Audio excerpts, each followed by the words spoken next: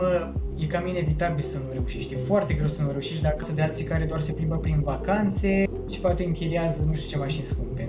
Na, Câte produse ai testat? 3 doar. E 2 luni. Ne poți zice cât ai avut în vânzări? Prima mea zi de vânzări e slabă, 2006 lei, mai e o zi foarte slabă, în medie între 90 și 120 de comenzi pe zi. Am în vânzări 167.000 de lei. Există foarte multe familii care au cumpărat de la tine mentoratul și cu atât o să ajungeți și mai repede la rezultate.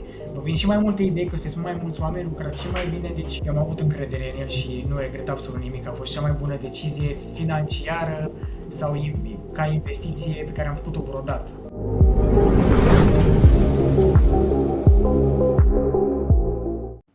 Bună ziua tuturor! Suntem aici cu Cristi, care a făcut senzație pe internet. Deci, Cristi, după ce am postat videoclipul cu rezultatele tale, a fost nebunie pe tot internetul. Așa că te rog să ne spui, să începem așa lejer, cine ești, ce faci, cu ce te ocupi, cu ce te ocupai înainte?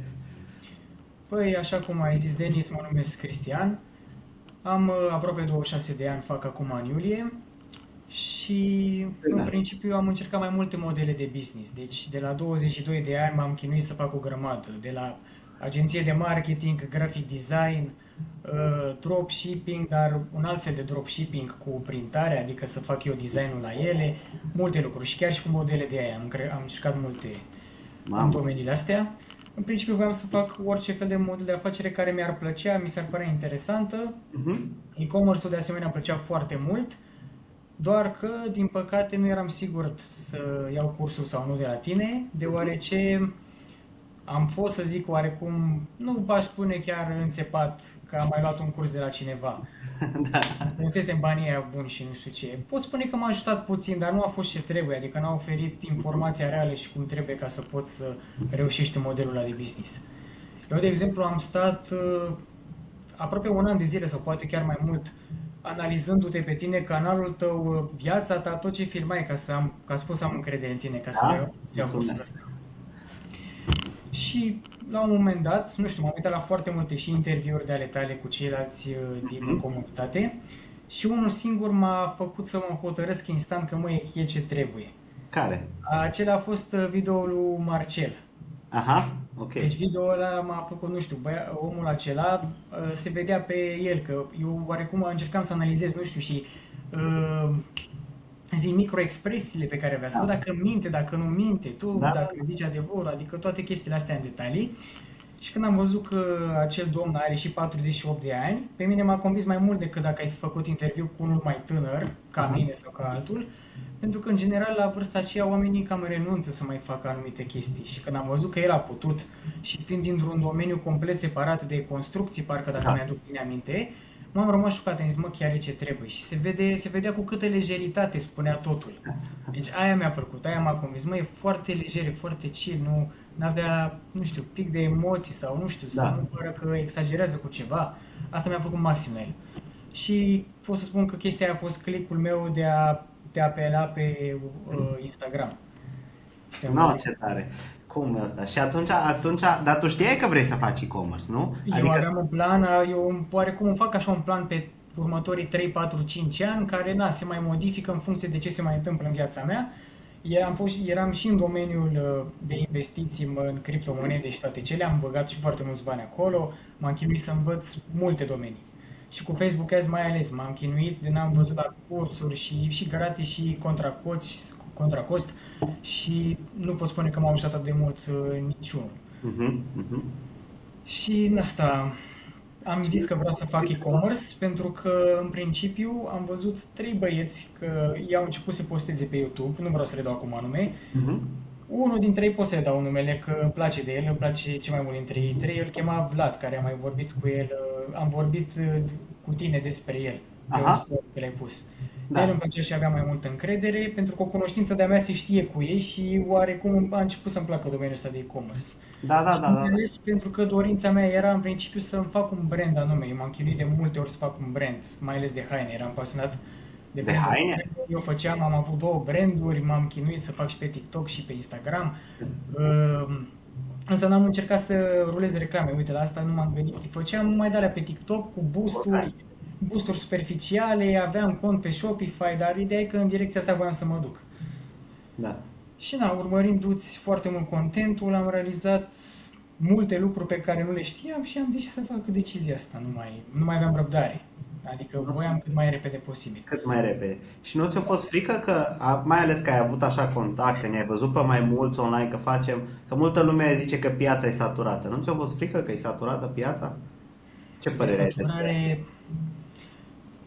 să zicem, nu chiar că mi-a fost frică, dar am zis că în orice domeniu, oricât de saturat ar fi, dacă te focusezi pe domeniul ăla cât mai mult posibil, e cam inevitabil să nu reușești. E foarte greu să nu reușești dacă stai minim chiar și 3 ani de zile. N-ai cum să nu. Trebuie să începi să ai niște mici rezultate înainte. Da. Deci nu pot spune că mi-a fost frică de asta. Poate a fost, frica mea mai mare a fost să găsesc omul potrivit care să mă învețe exact ceea ce trebuie. Și mă bucur că te-am găsit pe tine. Da. Eu mă uitam la mai mulți în domeniul ăsta de e-commerce, dar în tine am avut cea mai multă încredere pentru că te filmai cel mai lejer în viața ta de zi cu zi, cu familia, pe unde te plimbai cu mașina, peste tot ce făceai. Că nu ți era afectează mult lucrul ăsta. Zic pentru om, afectează mult, că eu uneori mă gândesc, să stau, să fac jos, ăsta. Deci acolo mi se pare cel mai important. Cel mai important să arăți rezultatele și să dai refresh-uri, adică să se vadă că nu sunt poze, să arăți totul, toată viața ta. Că mă gândeam, ok, omul ăsta chiar dacă ar fi, nu știu, dacă ar fi un scammer sau dacă n-ar fi real cursul lui, îi văd dita mai casa, nu știu câte mașini. Ok, singurul motiv ar mai fi că, ok, poate are părinți de bani gata, dar și asta greu de spus, că dacă ar avea părinți de bani gata, nu cred că s-ar mai strădui să mai facă el cursuri. Da, corect. Părerea mea. Sau să încerce sau să vorbească că știi să facă un model de business. Că dacă ar avea bani, nu l-ar mai interesa. Corect. Și de asta zici, dacă filmezi totul, cum ai totul, îți permiți la, nu mai știu cât ai, 27 sau 28 de ani, nu? 28 imediat, nu mi-am amintit. 28 în curând.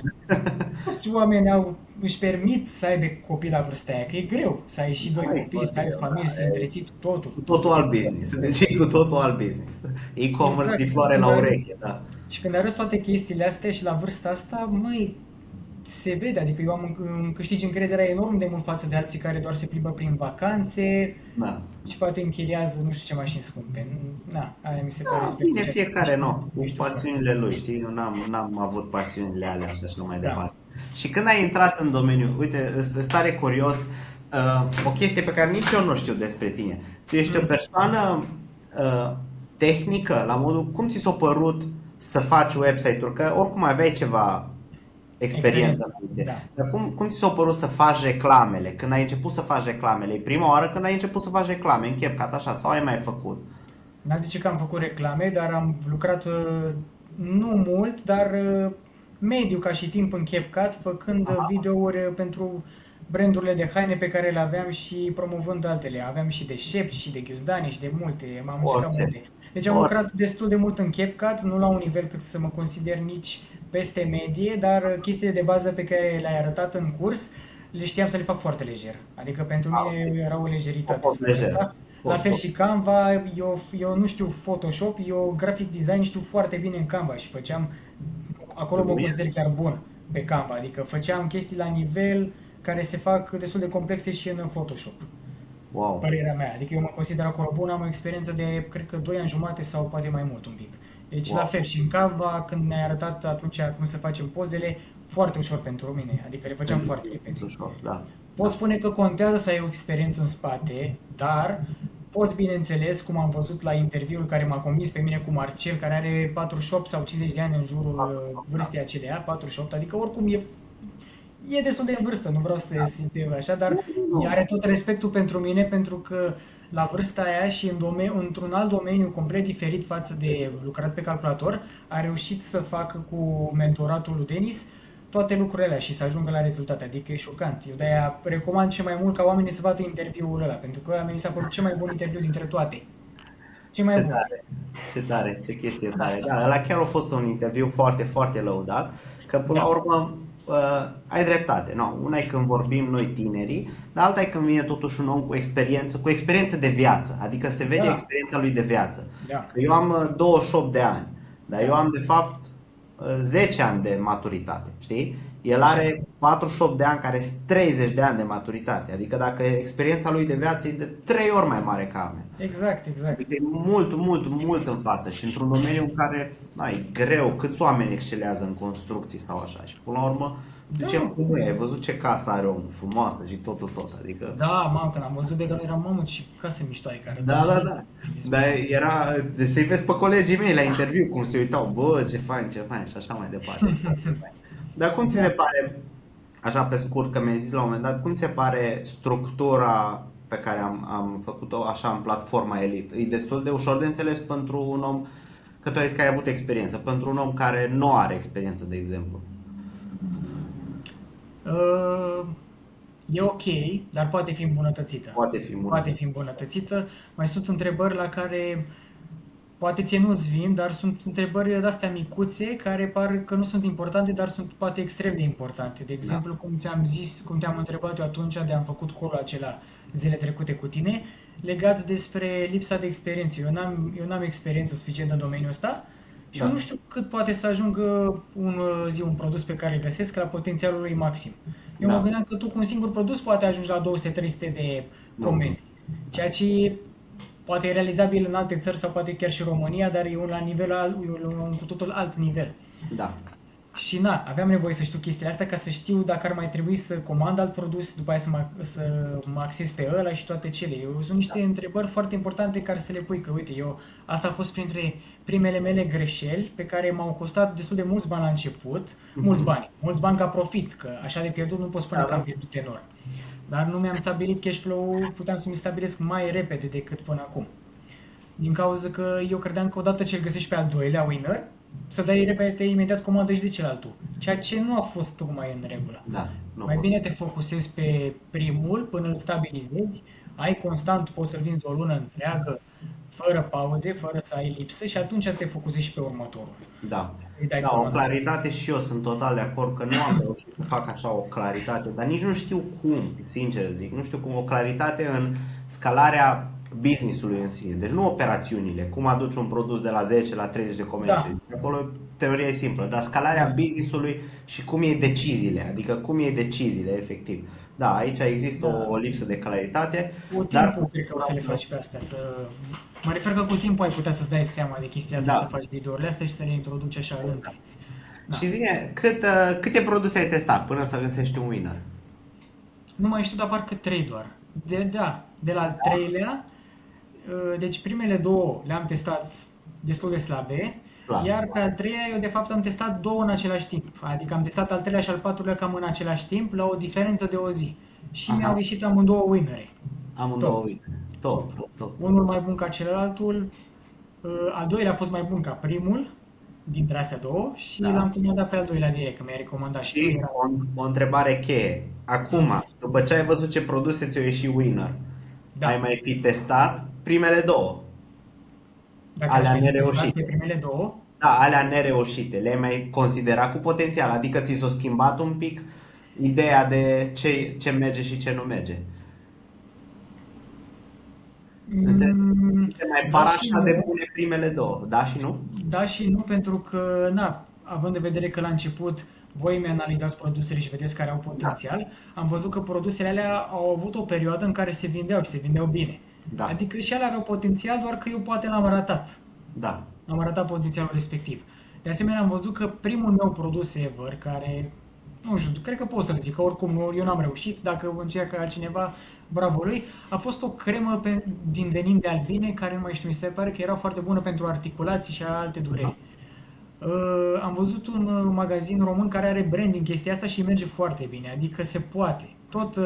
Tot era un potențial, dar poate nu l-am marketat eu cum trebuie, n-am făcut o reclamă neapărat atât de bună, dar se poate. Dar cu timpul le-am analizat atât de bine, încât n-am mai avut nevoie de ajutorul vostru să-mi dau seama, adică am mai testat produse fără să vă mai arăt vouă și mi-a mers foarte bine, am găsit alte winnere top. Deci îți dai seama repede. Asta e foarte tare, e foarte, foarte tare. Și câte produse vinzi? 2 acum, la ora actuală?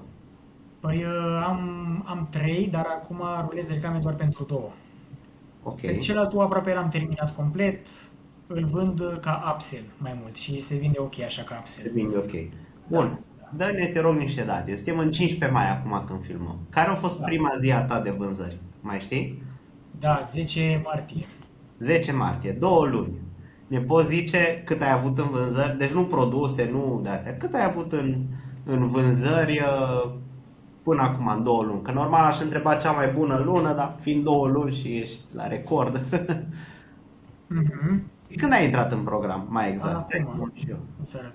În program am intrat cam chiar la începutul lui ianuarie. Mi se Da. pare, l-am cumpărat, nu mai știu, pe 25 sau 30 decembrie anul Mhm. trecut și de intrat parcă am intrat pe 1 ianuarie sau nu mai știu, 29 decembrie, o chestie de genul ăsta. De acolo, Dar să da. zicem că la începutul anului. Oricum, în decembrie nu s-a testat nimic. În ianuarie, da. Da. Păi uite, având în vedere prima mea zi de vânzări, care, este slabă, era slabă, am avut Cât? 25 de comenzi cu 2006 lei în vânzări. Și ai o zi slabă.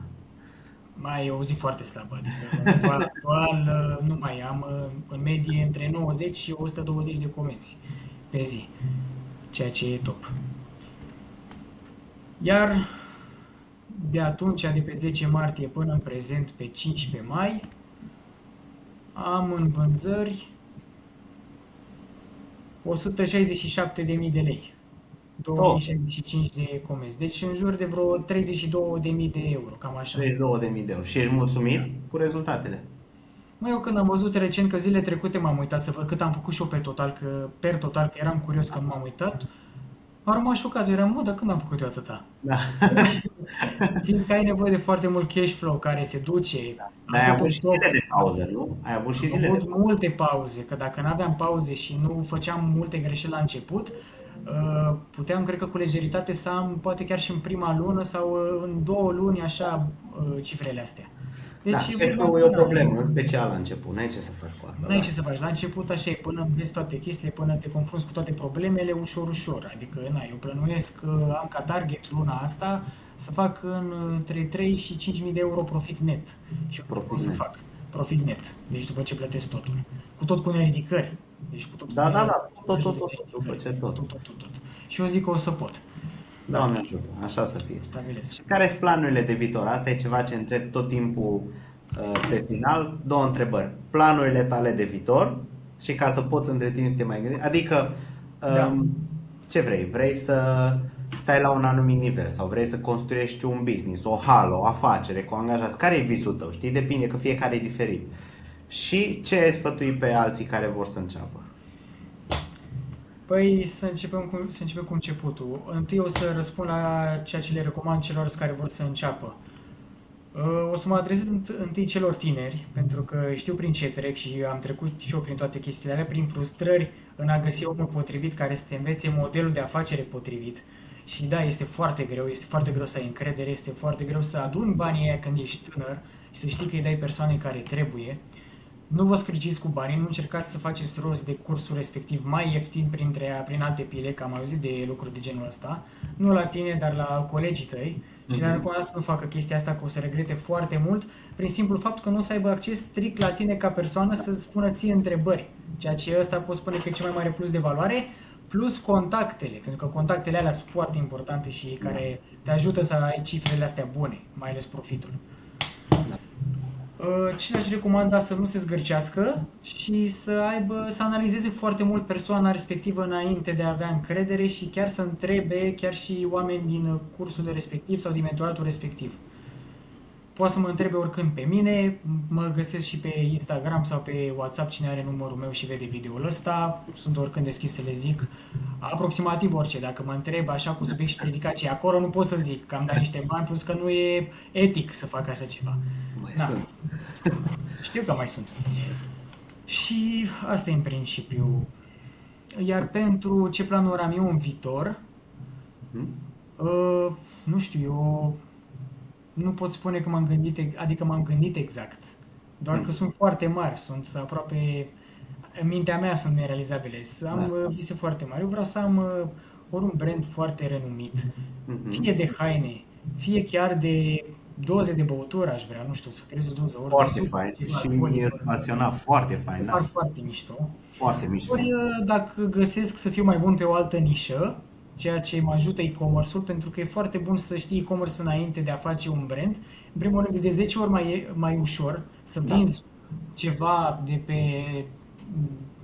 de pe Alibaba sau de pe alte site-uri de genul ăsta și e mult mai greu să-ți faci un brand la început. Oamenii nu prea se uită, nu-ți cunosc brandul, e foarte greu. Adică a ajuns să ai cât de câte rezultate avea după vreo 3-4 ani, ceea ce e greu. Sau alții după 2, dar e foarte greu și faci foarte mulți bani fără să ai un revenue, ceea ce e foarte nasol. De-aia se recomandă, dacă vrei să-ți faci un model de business bazat pe vândut produse, e-comul este un must, o necesitate neapărată. Trebuie neapărat să faci asta înainte de a face un brand. E mult mai greu să faci un brand la început.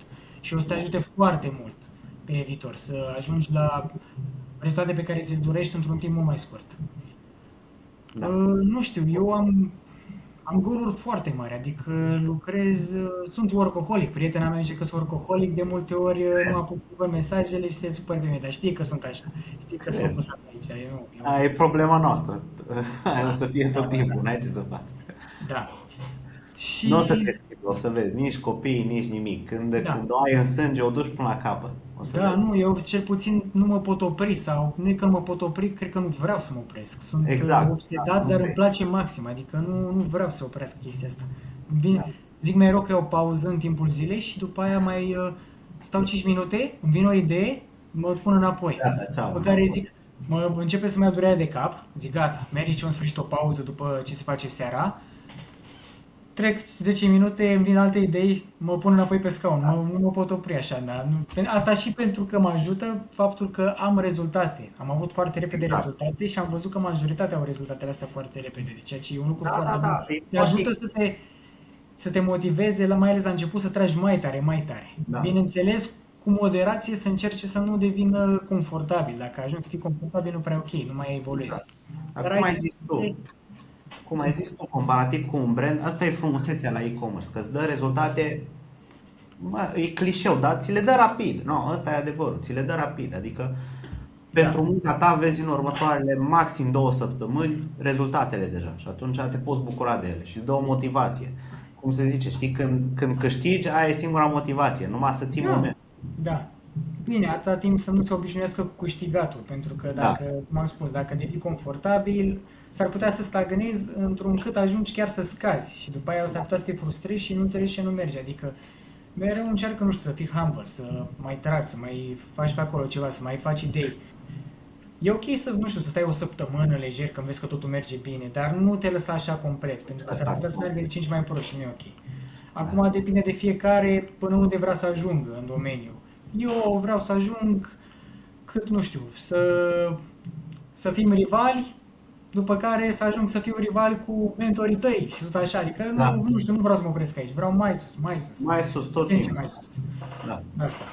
Doamne ajută. Mulțumim pentru... Mai zi, scuze, nu m-am băgat. Da. Mai vreau să zic ceva. Am crezut că poate vrei tu să o închei și nu știi să aștepți de la mine. Sau... Nu, că la ce eu încheiam, dar mai vreau să zic o chestie. M-am adresat celor tineri mai devreme, dar vreau să mă adresez și celor mai, neapărat mai în vârstă, dar celor de la 30 până la 50 de ani.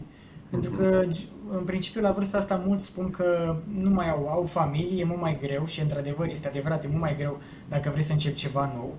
Dar ce voiam să spun și să dau mai ales ca exemplu e că există foarte multe familii care au cumpărat de la tine mentoratul și fac asta împreună, soț, soție, poate chiar cu familie, împreună cu copii, ceea ce e foarte tare și recomand și credeți-mă că se merită, mai ales că cu atât sunteți mai mulți și poate aveți și salarii de la locurile de muncă diferite, cu atât o să ajungeți și mai repede la rezultate. Vă vin și mai multe idei că sunteți mai mulți oameni, lucrați și mai bine, deci din contră mi se pare chiar un plus, atâta timp cât, da, bineînțeles, își permit oamenii, dar ideea e că chiar nu pot spune că au ce să riște, atâta timp cât sunt bine stabiliți. Cât te ții de muncă tot timpul, mai ales dacă intri cu asta și îmi place cum ai punctat și observația asta și da, chiar așa e, chiar avem multe familii în grupă care fac împreună și foarte bine. Și acum în colul de grup îmi zisese tatăl ceva, i-am zis să-mi trimită fiul și tot așa. Exact. Tocmai ce am fost și eu în grup și de asta am auzit și ideea că în principiu am văzut mulți care sunt așa în cupluri, fie iubit-iubită, fie soț-soție și fac împreună chestia asta și o duc foarte bine. Și excelează mai repede, sincer. Se vede. Chiar așa e. Se excelează vede. rapid. Și mai mulți bani de investit și mai multe idei, că sunt două persoane minim, poate chiar și mai mult, și toate cele. Și împart task-urile Da. și de asta recomand. Cei tineri oricum își doresc mai mult și au și timp și poate să facă, adică recomand cu toată încrederea, dar cum am spus, analizați foarte bine persoana în care vreți, fie că e Denis, fie că e altcineva. Eu am avut încredere în el și nu regret absolut nimic. A fost cea mai bună decizie financiară sau ca investiție pe care am făcut-o vreodată. Deci am făcut multe investiții, adică am pierdut, nu că am pierdut, dar pot spune că am investit peste 10.000 de euro bani strânși și chiar și cu împrumut ca să mă educ în tot felul de cursuri și alte lucruri care am investit eu. Iar decizia în a lua cursul Denis chiar a fost cea mai bună. Deci, Mulțumesc. cel mai rapide rezultate. Și da, nu este un fel de promovare, dar tot respectul, adică le recomand tuturor chestia asta. Mulțumesc. Mulți oameni acum am văzut, au un alt respect față de mine, mă văd cu alți ochi și da, vor să-i văd și pe ei, în principiu, dar asta rămâne de văzut, dacă sunt și dedicați și toate cele. Doamne ajută. Mulțumesc, Cristi. Mulțumesc tare mult de interviu. Mulțumesc. Pentru ghidaj pentru cei mai tineri și mai în vârstă. Mhm. Te-am zis, tu ai făcut senzație, ai făcut dintr-un screenshot senzație, un Da. screenshot în care nici n-am pus bine numele tău pe internet, ai făcut senzație, multă lume te-a recunoscut, te-a felicitat, ți-a scris chiar în privat. Mi-au scris, Acum, da. Da, cred că ăsta e unul dintre cele mai așteptate videouri, interviuri să le pun și îți mulțumesc că ai acceptat. Eu așa sper. Și Doamne ajută, limita-i cerul. Exact cum am spus, da, Limita aici. acel mesaj, da, limita aici. Da. Că, mă, chiar așa este și, cum am spus, nu vă limitați la a învăța numai din mentorat, învățați de peste tot. Dacă vreți să ajungeți la rezultate cât mai mari, de absolut peste tot. Chiar și pe YouTube, unde este gratis complet. Peste tot. tot. Tot, AI, totul, învățați tot. Asta este tot în principiu, îți mulțumesc pentru interviu. Și eu. A Mersi, fost Cristi. super experiența. Ne auzim cu Cam asta bine. este. Ne auzim, da. Pa, Te pa. salut.